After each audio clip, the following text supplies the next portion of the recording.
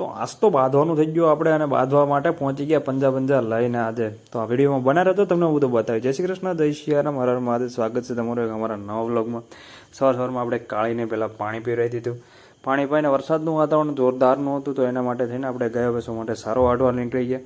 તો એના માટે પંજા પહેરવા જરૂરી હતા, કારણ કે હવે જીવડાનું પ્રમાણ વધી ગયું એટલે પંજા પહેરવા જરૂરી છે. તો એ બધું કામ પૂરું કરીને ક્યાંથી ચાલુ કરવું નથી ખબર પડતી, કારણ કે 2 દિવસથી એટલું બધું વરસાદનું હતું વાતાવરણ કે ભાઈ તમે જવા જ દો.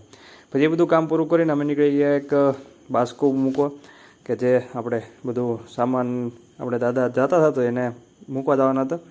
તો એ બધું સામાન લઈને પહોંચી ગયા આપણે જ્યાં એને સ્ટેશને મૂકવાનું હતું ત્યાં. ને દુકાન આવીને આપણે એનું બાસ્કો બધું રાખી દીધું, અને પછી એનું એને લેવડ દેવડ કરતા ટિકિટનું. પછી ત્યાંથી બધું કામ પૂરું કરીને આવી ગયા પાછા આપણે ઘર બાજુ આવતા જ વરસાદનું ઘનઘોર વાતાવરણ થઈ ગયું હતું, અને સાંજ પણ પડી ગઈ હતી. તો મળીએ કાલે એક નવા વ્લોગમાં. તમને અમારો વ્લોગ કેવા લાગે કમેન્ટ બોક્સમાં જરૂર કહેજો, અને આવા નવા વ્લોગ માટે અમને સબસ્ક્રાઈબ કરો.